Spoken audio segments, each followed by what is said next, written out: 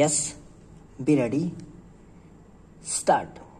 Sir, no governments, no party has any magic solutions to those problems, and those problems are going to be with us the problems of reviving economic growth, the problem of massive unemployment, the problem of resource mobilization, the problem of savings, investment, etc., the problem of energy, the problem of shortage of power, electrical, hydro, and other forms of power, not the political power, as there is no shortage of political power. Stop. But there is shortage of this power where every scheme of areas, every project of areas, almost every unit of enterprise is roadblocked because of the shortage of power and energy. Stop stanza.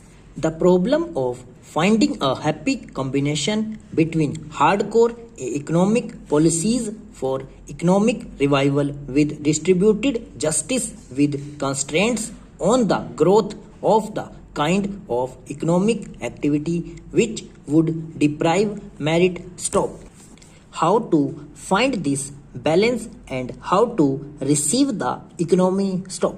These are massive problems for which we need a massive national effort, and I am pleading for a new national consensus, the path that has already proved to be the most suitable, the path of the public sector enjoying the commanding heights while we retain freedom of enterprise in certain important sectors. Stop stanza.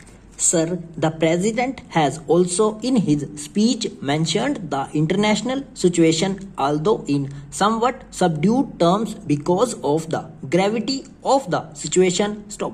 There is no doubt that the international situation is grim. Stop. The psychology of the Cold War is again gripping the powers. Stop. Sir, we have had. Stop. Over.